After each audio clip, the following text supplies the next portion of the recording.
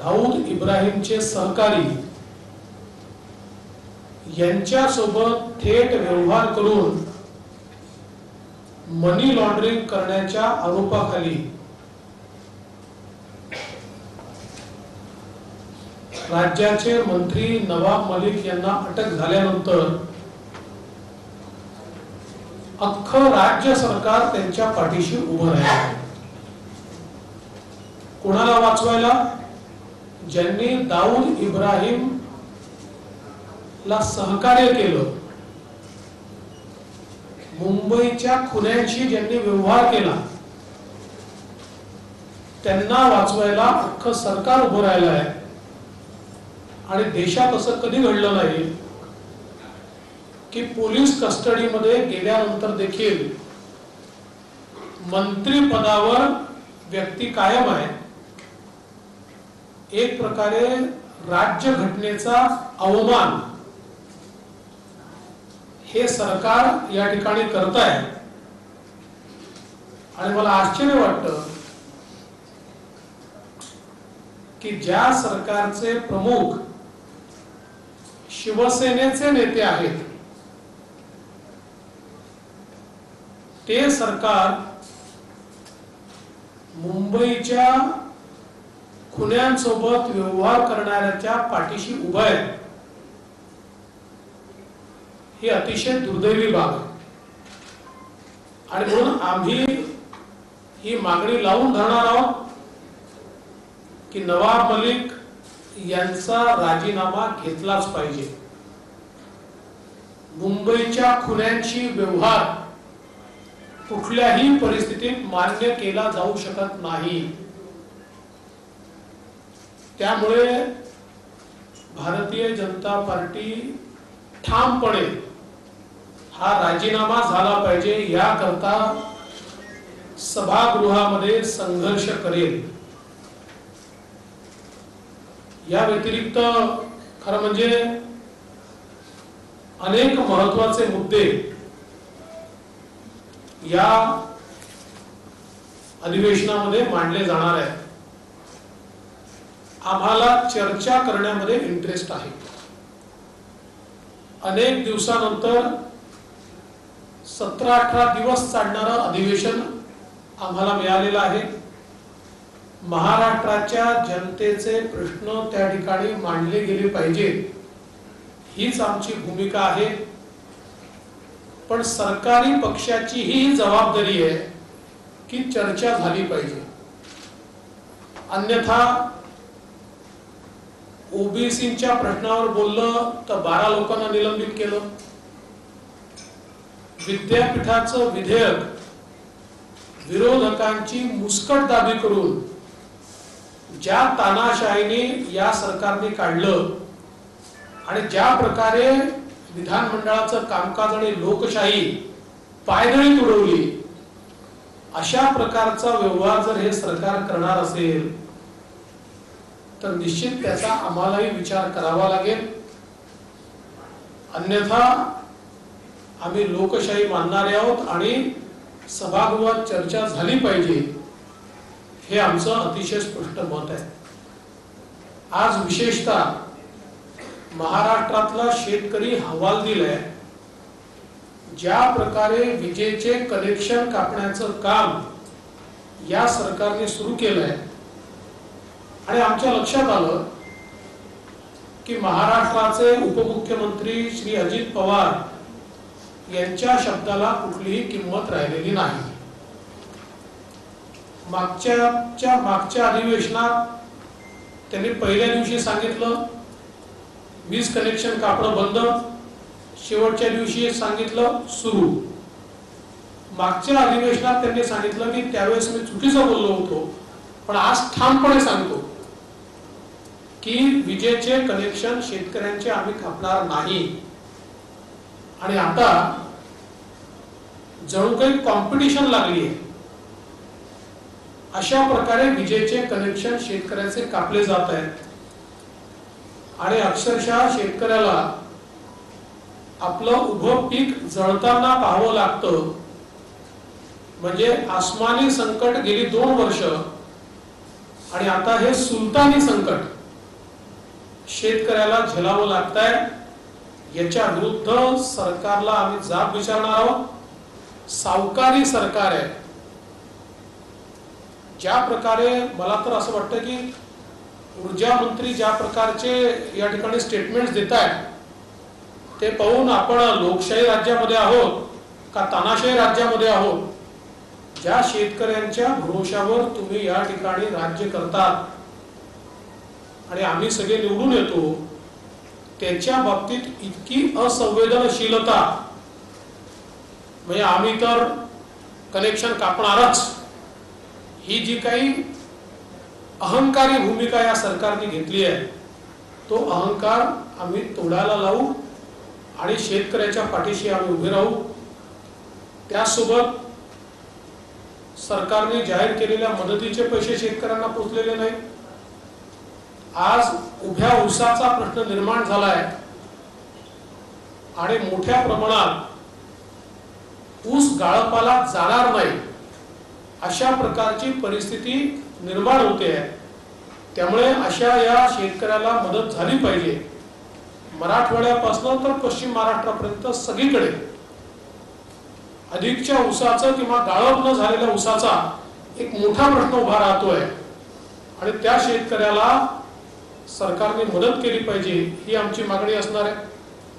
त्यासोबत सरकारने पहिल्याच अधिवेशनात घोषित केलेले महात्मा फुले योजनेच्या अंतर्गत ज्यांची कर्जमाफी राहिली आहे त्यांना कर्जमाफी आणि नियमित फेडणाऱ्यांना 50,000 रुपये अनुदान हे देखील सरकारने दिलेलं नाही।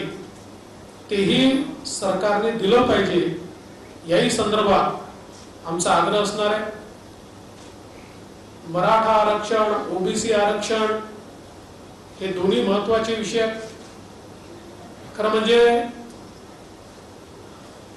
छत्रपती घराण्यातल्या व्यक्तीला उपोषणाला बसावं लागावं ही असंवेदनशीलता या सरकारमध्ये बघितली आणि पुन्हा एकदा त्यांना तीच आश्वासनं या सरकारने दिली की जी यापूर्वी दिली होती आणि आताही सरकार पूर्ण करेल याची कुठलीही शाश्वती या ठिकाणी देता येत नाही। त्यामुळे किमान सुरू असलेल्या योजना मराठा समाजाच्या त्याही बंद करण्याचं पाप हे या सरकारने केलं आहे आणि त्यासोबत विशेषतः ओबीसी समाजाकरता महाज्योती ही जी काही संस्था उघडण्यात आली होती आमच्या सरकारच्या काळात सगळं आम्ही ते केलं होतं। आज त्याच्या शिष्यवृत्तीचे पैसे देखील दिले जात नाही। पीएचडी धारकांना जी काही त्या ठिकाणी मदत होती ती देखील दिली जात नाही। महाज्योती अक्षरशः बंद पाडण्याचं काम या सरकारमध्ये चाललं आहे।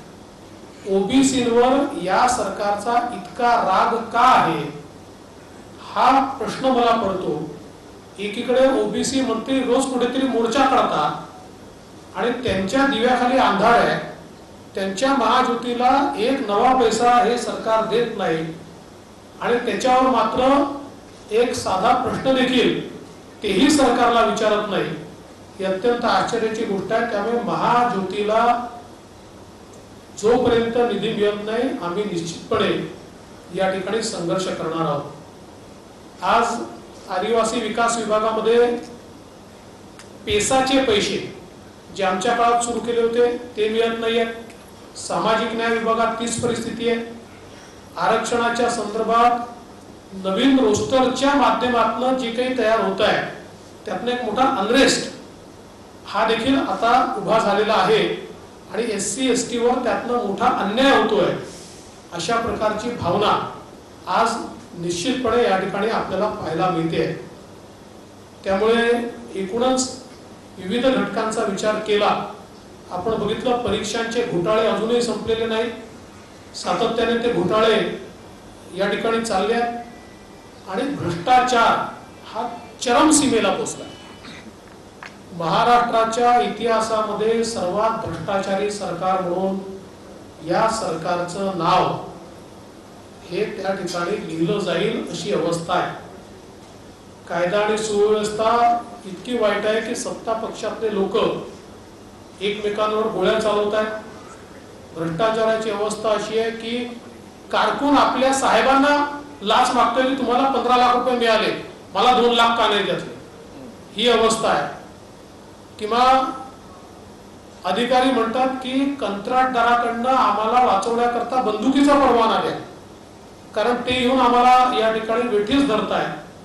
ही जी काही परिस्थिती आज राज्यामध्ये पाहायला मिळते ही अत्यंत भीषण अशा प्रकारची परिस्थिती आहे. एकूणच सरकार पूर्णपणे फेल झालेलं आहे. या सरकारला एकच घटक जवळचा वाटतो, तो म्हणजे दारू उत्पादन करणारा, बेवड्यांना समर्पित अशा प्रकारचं हे सरकार आहे.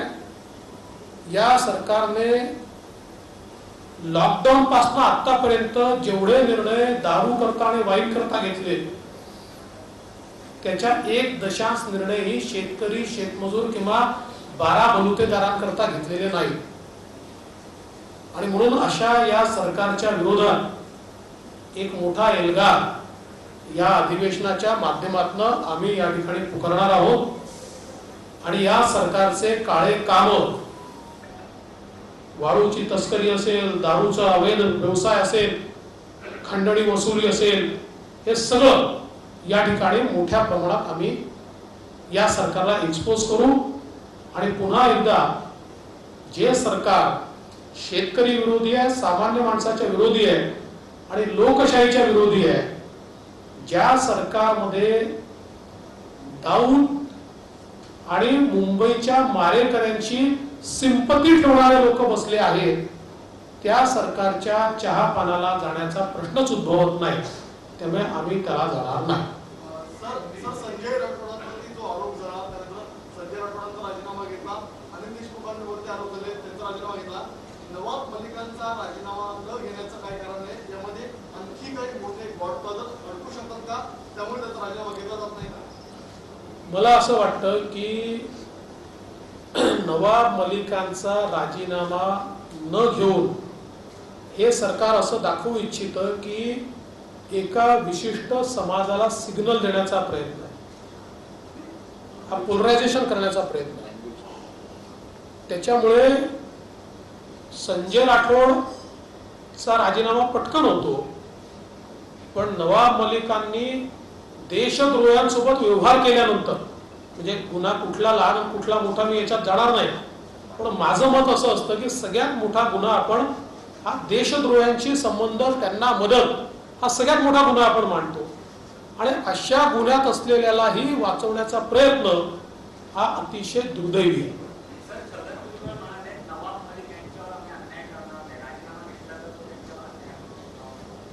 मला असं वाटतं की खरं म्हणजे असं बोलत असताना एकदा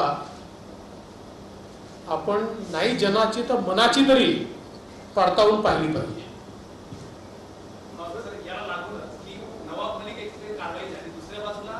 भाजपचे असे काही मंत्री किंवा माजी मंत्री किंवा काही नेते त्यांच्या देखील टार्गेटवर आहेत आणि यापासून देखील सोडून तयारी केली होते.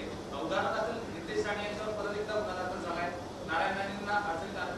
ह्या सगळ्या गोष्टी बघितलं तर, आणि याचबरोबर संजय पांडे यांची अचानकपणे मुंबई कमिशनर पदी झालेली बदली, या सगळ्यांना तुम्ही कसं बघताय? अनेक नेते टार्गेट असं आहे की आमच्या नेत्यांना त्यांनी गेले 2 वर्ष टार्गेट केलं आहे. छोट्यातल्या छोट्या कार्यकर्त्यांवर 4-4, 5-5 केसेस लावल्या. साधा आंदोलन झालं तरी 353 आमच्या लोकांवर लावली जाते. एखादी पोस्ट केली तर 25 पोलीस त्यांच्या घरी जातात आणि त्यांना रातोरात अरेस्ट करतात.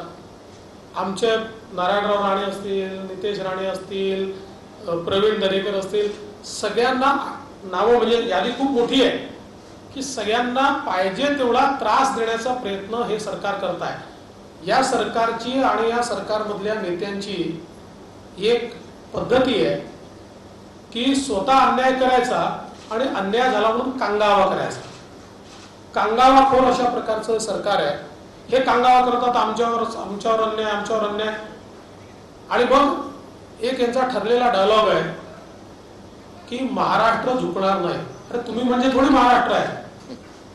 दाऊदच्या लोकांचे व्यवहार करणारे महाराष्ट्र कसं असू शकतात? आमचं म्हणणं आहे, हो महाराष्ट्र झुकणार नाही, पण तुमच्यासारख्या अहंकारांना महाराष्ट्र झुकवून दाखवेल. ही महाराष्ट्राची ताकद आहे, ही छत्रपतींची ताकद आहे की ज्यांच्या डोक्यात अहंकार जाईल त्यांना महाराष्ट्र झुकवून दाखवेल. 12 कोटी जनता म्हणजे महाराष्ट्र आहे, तुम्ही महाराष्ट्र नाही.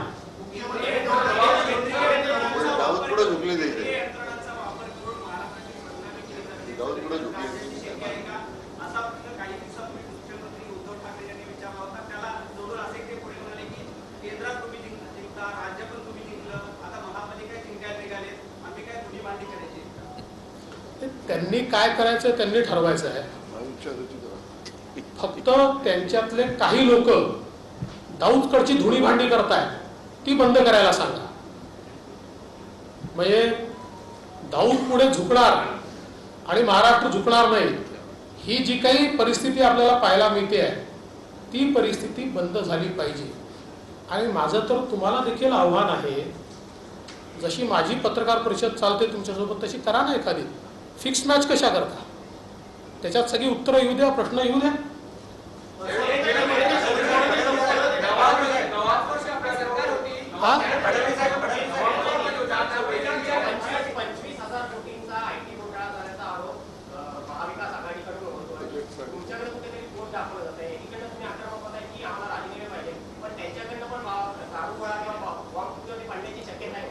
असं आहे की या संदर्भात माध्यमांनीच एकूणच IT मध्ये 300 कोटीचं बजेट होतं, त्याच्या कागदासहित सगळ्या माध्यमांनी ते छापलेलं आहे. असेल तर करा ना कारवाई, कोणी थांबवलंय? गेली 3 महिने आझाद मैदानावर एसटी आंदोलन सुरू आहे, अजूनही सरकार तोडगा काढत नाही. खरं म्हणजे एसटीच्या संदर्भात हे सरकार कोडगं आहे. एसटीच्या 80 कर्मचाऱ्यांनी केलेल्या आत्महत्या यांना दिसत नाहीत. कुठेतरी अहंकार जेव्हा डोक्यात जातो आणि आम्ही म्हणजे सत्ता आहोत अशा प्रकारची मानसिकता राज्यकर्त्यांची तयार होते, त्यावेळेस राज्यकर्ते जसं वागतात तसं एसटीच्या संदर्भात हे सरकार वागत आहे. याचा कुठेतरी त्यांना प्रत्यंतर पाहायला मिळेल.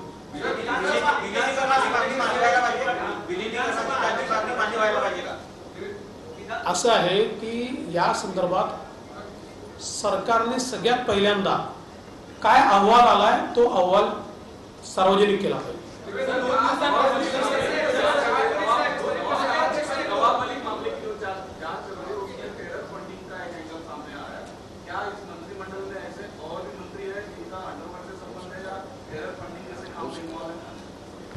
देखिए, मैं आज इसके ऊपर कोई कमेंट नहीं करूंगा.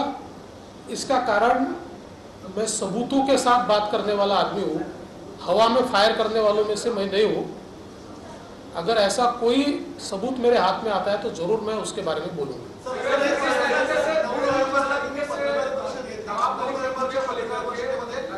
डॉक्युमेंट दाखवले आणि त्यांना आता 3 महिन्यात अटक झाली.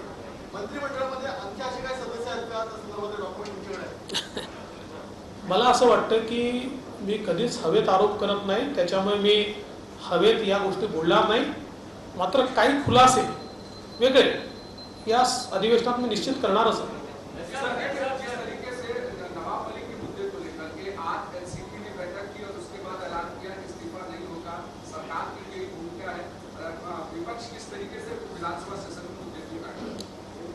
देखिए, मैं तो ये कहूंगा कि अगर ये इनकी भूमिका है तो ये सरकार दाऊद को समर्पित सरकार है. दाऊद का इतना समर्पण करने वाली सरकार इससे पहले हमने नहीं देखी. बाकी तो छोड़ दीजिए, अब जो सबूत सामने आ रहे हैं, इस्तीफा तो केवल इस बात के लिए लिया जाना चाहिए कि एक मंत्री होते हुए बम विस्फोट के आरोपी से आप जमीन खरीदते हो, आप दाऊद के आदमी से जमीन खरीदते हो और करोड़ों रुपए की जमीन कौड़ियों के भाव खरीदते हो. केवल इतना भी काफी है. बाकी तो छोड़ दीजिए, टेरर फंडिंग वाला जो बाहर आ रहा है, इतना भी इस बात के लिए काफी है. आपको कोई दूसरा मिला नहीं? अगर जमीन ही खरीदनी है तो क्या मुंबई में कोई दूसरा नहीं है? आप ऐसे लोगों को क्यों मदद करते हो कि जो आपका दिया हुआ काला पैसा ये मुंबई में बम विस्फोट करने के लिए इस्तेमाल करते हैं, और उनको अगर बचाने का काम राष्ट्रवादी कांग्रेस करेगी तो राष्ट्रवादी कांग्रेस का चरित्र भी लोगों के सामने आएगा।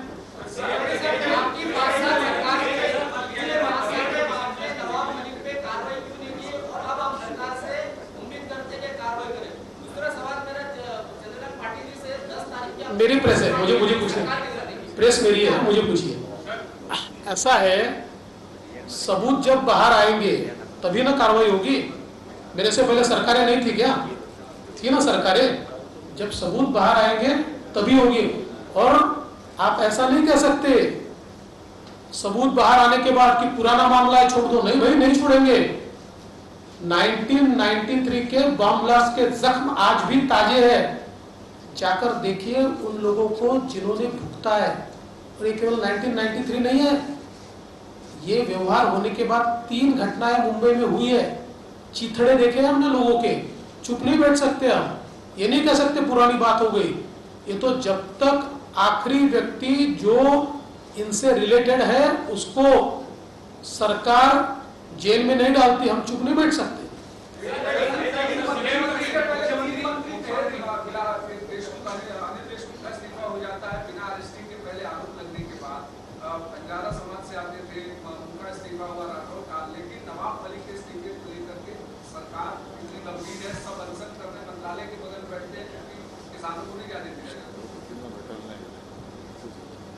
अब मैंने मराठी में जवाब दे दिया, लेकिन आपको हिंदी में चाहिए तो वो भी दे देता हूँ।